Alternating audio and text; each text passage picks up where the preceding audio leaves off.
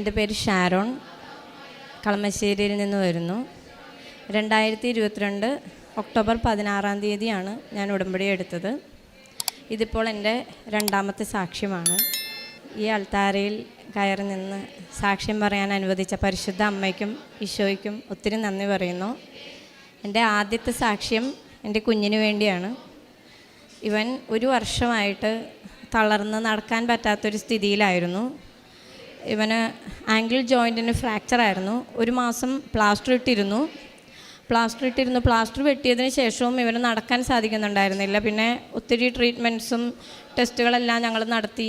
MRI പോലെയുള്ള ടെസ്റ്റുകൾ, പിന്നെ വീനസ് ഡോപ്ലർ, അങ്ങനെ എല്ലാ ടെസ്റ്റുകളും നടത്തി. ഇവന് ഒന്നിലും ഒരു പ്രോബ്ലംസും ഡോക്ടേഴ്സിന് കണ്ടുപിടിക്കാൻ സാധിക്കുന്നില്ല. എന്നാൽ കുട്ടിക്ക് നടക്കാൻ സാധിക്കുന്നില്ലായിരുന്നു. കുട്ടി തളർന്ന് ബെഡ് റിഡൺ ആയിട്ടിരിക്കുന്ന ഒരവസ്ഥയായിരുന്നു.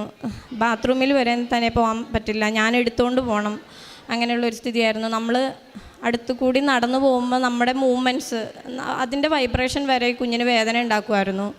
താഴെ റോട്ടിൽ കൂടി പോകുന്ന വണ്ടികളുടെ സൗണ്ട് വരെ കുഞ്ഞിന് വേദനയാണ്.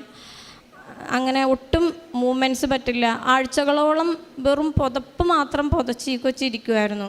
ഡ്രസ്സൊന്നും ഇടിക്കാൻ പറ്റില്ല, വേദന കാരണം അനങ്ങാൻ പറ്റില്ല. എങ്ങനെ ഞാൻ എന്നും എപ്പം ബാത്റൂമിൽ എവിടെയാണെങ്കിലും എങ്ങോട്ട് മൂവ് ചെയ്യണമെങ്കിലും ഞാൻ കൊണ്ടുപോകണം. ഇവനെ തന്നെ ഒന്നും ചെയ്യാൻ പറ്റാത്തൊരു സ്ഥിതിയായിരുന്നു. അങ്ങനെ പോയിക്കൊണ്ടിരുന്നു. എനിക്ക് പുറത്തേക്ക് എവിടേക്കും പോകാൻ പറ്റില്ല, കുട്ടി ഇത്രയും സിക്കായിട്ടിരുന്ന സ്ഥിതിയിൽ.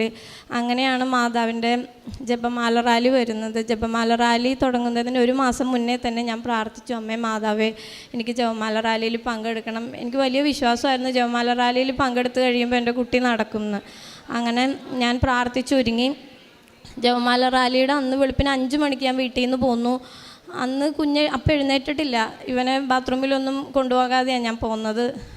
ഞാനിവിടുന്ന് പ്രാർത്ഥിച്ചു. ജപമാല റാലി പങ്കെടുത്ത് തിരിച്ച് 8 മണിക്കാണ് ഞാൻ തിരിച്ച് വീട്ടിൽ ചെല്ലുന്നത്.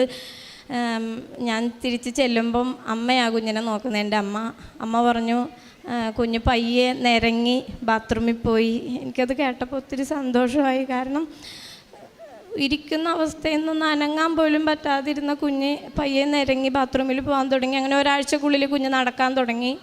അങ്ങനെ പരിശുദ്ധ അമ്മ വലിയൊരു അത്ഭുതം ജപമാല റാലിയിൽ പങ്കെടുത്ത് പ്രാർത്ഥിച്ചതിൻ്റെ ഫലമായി എൻ്റെ കൊച്ച് നന്നായിട്ട് നടക്കാൻ തുടങ്ങി. ഇപ്പോൾ എല്ലാ കുട്ടികളെയും പോലെ 1 വർഷമായിട്ട് ഇവ നടക്കില്ലായിരുന്നു.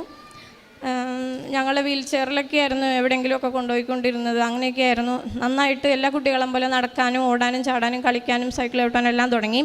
പിന്നെ രണ്ടാമത്തെ സാക്ഷ്യം എൻ്റെ ജോലിയെ സംബന്ധിച്ചാണ്. ഞാനൊരു BSc നേഴ്സാണ്. പക്ഷേ ഞാൻ 3 ചെറിയ കുട്ടികളായതുകൊണ്ട് ഞാൻ ജോലി ചെയ്യുന്നില്ലായിരുന്നു. അതിനുശേഷം ഞാൻ ഒരു 12 വർഷമായിട്ട് ഞാൻ ജോലി ചെയ്യാതിരിക്കുന്ന ഒരു സ്ഥിതിയിലായിരുന്നു. പിന്നെ ജോലിക്ക് വേണ്ടി ആഗ്രഹിച്ചു ഞാൻ. പക്ഷേ എനിക്കറിയായിരുന്നു എനിക്ക് ഇത്രയും വർഷം ഗ്യാപ്പ് ആയതുകൊണ്ട് എനിക്ക് ആരും ജോലി തരില്ല എന്നെനിക്കറിയായിരുന്നു. അങ്ങനെ ഞാൻ ഡിസംബർ 15 ഇവിടെ വന്ന് ഉടമ്പടി പുതുക്കി. എന്നിട്ട് മാതാവിനോട് പറഞ്ഞു, അമ്മേ മാതാവേ, അമ്മ എൻ്റെ കൂടെ വരണം, ഇത്രയും ഗ്യാപ്പുള്ള എനിക്ക് ആരും ജോലി തരില്ല. അപ്പം അമ്മ തന്നെ വന്ന് എനിക്കൊരു ജോലി വാങ്ങിത്തരണം. അങ്ങനെ എൻ്റെ അടുത്തുള്ള ഒരു ഹോസ്പിറ്റലിൽ ഞാനൊരു അപേക്ഷ കൊണ്ടുപോയി കൊടുക്കാൻ തീരുമാനിച്ചു. ഞാൻ മാതാവിൻ്റെ ഉടമ്പടി ഉപ്പും കാശുരൂപമൊക്കെ ആയിട്ടാണ് പോയത്.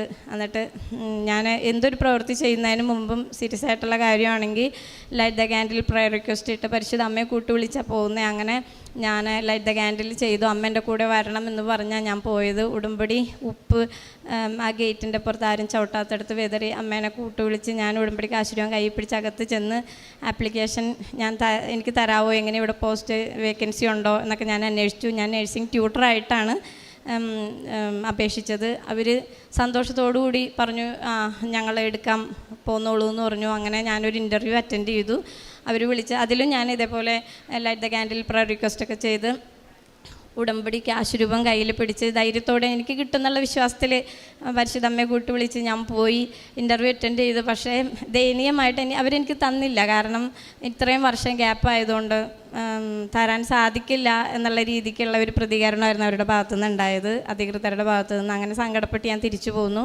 പക്ഷേ ഞാൻ അമ്മേനോട് പറഞ്ഞു, അമ്മ എനിക്ക് തരും എന്ന് പറഞ്ഞതല്ലേ, ഞാനങ്ങനെ സങ്കടപ്പെട്ടു. എങ്കിലും അത്ഭുതകരമായിട്ട് പരിശുദ്ധ അമ്മ ഇടപെട്ട് എനിക്ക് ജോലി കിട്ടുന്നൊരു സാഹചര്യം ഉണ്ടായി. ഞാനും വേറൊരു കുട്ടിയുമായിരുന്നു ഇൻ്റർവ്യൂ അറ്റൻഡ് ചെയ്തത്. ആ കുട്ടിക്ക് യാദൃശ്ചികമായിട്ട് ആ ജോലിയിൽ ജോയിൻ ചെയ്യാൻ പറ്റാതെ വരികയും ആ വേക്കൻസിയിലേക്ക് എന്നെ അവർ എടുക്കുകയും ചെയ്തു. അങ്ങനെ എനിക്ക് സ്വപ്നം പോലും കാണാൻ പറ്റാത്ത സാലറിയിൽ ഈശോ എനിക്കവിടെ ജോലി തന്ന് അനുഗ്രഹിച്ചു. പരിശുദ്ധ അമ്മയുടെ മധ്യസ്ഥതയിൽ അമ്മയ്ക്ക് നന്ദി പറയുന്നു. അത് ജപമാല റാലിയിൽ പങ്കെടുത്തപ്പോൾ വെച്ച രണ്ടാമത്തെ നിയോഗമായിരുന്നു എൻ്റെ ജോലി. ആദ്യത്തെ നിയോഗം എൻ്റെ കുഞ്ഞ് നടക്കണമെന്നായിരുന്നു. 2 നിയോഗങ്ങളും പരിശുദ്ധ അമ്മ സാധിച്ചു തന്നു. മൂന്നാമത് ഞാൻ വെച്ചൊരു നിയോഗം എൻ്റെ സഹോദരൻ്റെ വിവാഹത്തിന് വേണ്ടിയായിരുന്നു. അവന് 37 വയസ്സായിട്ടും വിവാഹം നടക്കുന്നില്ലായിരുന്നു. പല പല കാരണങ്ങളാൽ വിവാഹം ഒഴിഞ്ഞു പോകുമായിരുന്നു. അങ്ങനെ ഒക്ടോബർ മാസം ഞാൻ ജപമാല റാലിയിൽ സംബന്ധിച്ചു. നവംബർ മാസം അവൻ്റെ വിവാഹം പെട്ടെന്നൊരു ആലോചന വരികയും അവൻ്റെ വിവാഹം അത്ഭുതകരമായിട്ട് പരിശുദ്ധ അമ്മ നടത്തി തന്നു. ഈ 3 കാര്യങ്ങളാണ് പരിശുദ്ധ അമ്മ വഴി എനിക്ക് ഈശോ തന്നത്. വ്യക്തിപരമായിട്ടുള്ള പ്രാർത്ഥന എന്ന് പറഞ്ഞാൽ ഉടമ്പടിയിലേക്ക് പ്രവേശിച്ചതിന് ശേഷം ദൈവവുമായിട്ട് ഒത്തിരി എനിക്കത് എക്സ്പ്ലെയിൻ ചെയ്യാനറിയില്ല. നമ്മളൊരു നമ്മുടെ ഏറ്റവും പ്രിയപ്പെട്ട ഒരു വ്യക്തി എന്നതിനേക്കാൾ ഉപരിയായിട്ട് കർത്താവിനോട് ഒത്തിരി സ്നേഹത്തോടെ എന്തൊരു കാര്യം ചെയ്യുന്നതിന് മുമ്പും എൻ്റെ ഈശോയ്ക്ക് ഇത് ഇഷ്ടമാണോ എന്ന് ആലോചിക്കാൻ തുടങ്ങി. വലിയ ദൈവസ്നേഹാനുഭവം എൻ്റെ ഹൃദയത്തിൽ നിറയാൻ തുടങ്ങി. എപ്പോഴും നമ്മൾ പ്രാർത്ഥനാ ജപങ്ങൾ ചൊല്ലുന്നതിനേക്കാൾ ഉപരിയായിട്ട് ഹൃദയത്തിൽ നിന്ന് ആവി ഉയരുന്നത് പോലെ കർത്താവിനോടുള്ള സ്നേഹം ഹൃദയത്തിൽ നിന്നും പൊങ്ങി വരുന്നത് എനിക്ക് എക്സ്പ്ലെയിൻ ചെയ്യാൻ അറിയില്ല. അങ്ങനെ വലിയ ദൈവസ്നേഹാനുഭവത്താൽ ഉടമ്പടിയിൽ പ്രവേശിച്ചതിന് ശേഷം ഞാൻ അറിയാൻ തുടങ്ങി. പരിശുദ്ധ കുർബാനയിൽ എന്നും തന്നെ സംബന്ധിക്കും. ഒരു ദിവസം പോലും പരിശുദ്ധ കുർബാന ഒഴിവാക്കി കളയാൻ പറ്റില്ല. പിന്നെ മിനിമം 1 മണിക്കൂറെങ്കിലും അതിലും കൂടുതലും സമയം പരിശുദ്ധ കുർബാനയുടെ ആരാധനയിൽ സംബന്ധിച്ചിരുന്ന് വ്യക്തിപരമായിട്ട് പ്രാർത്ഥിക്കാനുള്ള കൃപ പരിശുദ്ധ അമ്മ തരുന്നു. അതെല്ലാം ഉടമ്പടിയിൽ പ്രവേശിച്ചതിന് ശേഷം ദൈവം തന്ന ഒത്തിരി പരിശുദ്ധ അമ്മ വഴി തന്ന കൃപകളാണ്. ഉടമ്പടി പിന്നെ കാരുണ്യപ്രവർത്തികളെന്ന് പറഞ്ഞാൽ എൻ്റെ കൂടെയുള്ള എൻ്റെ ചുറ്റുമുള്ളവരിൽ ഈശോയെ പങ്കുവയ്ക്കുവാനായിട്ട് പരമാവധി ഞാൻ ശ്രമിക്കുന്നുണ്ട്. എല്ലാവരിലേക്കും ഈശോയെ പകർന്നു കൊടുക്കാൻ, ഈശോയുടെ സ്നേഹം അവർക്ക് പകർന്നു കൊടുക്കാൻ ശ്രമിക്കുന്നുണ്ട് എനിക്കാവുന്ന വിധത്തിലെല്ലാം. പിന്നെ കൂടെയുള്ളവർക്ക് സാമ്പത്തികമായിട്ടുള്ള എൻ്റെ കൺമുന്നിൽ വരുന്ന രോഗികളെയും അവശരെയും ഞാൻ സഹായിക്കാൻ ശ്രമിക്കുന്നുണ്ട്. സാമ്പത്തികമായിട്ടും അല്ലാതെയും എല്ലാം എനിക്ക് പറ്റുന്നത് പോലെയുള്ള കാരുണ്യ പ്രവൃത്തികൾ അങ്ങനെയെല്ലാം എൻ്റെ ചുരുങ്ങിയ സാഹചര്യത്തിൽ നിന്ന് ചെയ്യാൻ ഞാൻ ശ്രമിക്കുന്നുണ്ട്.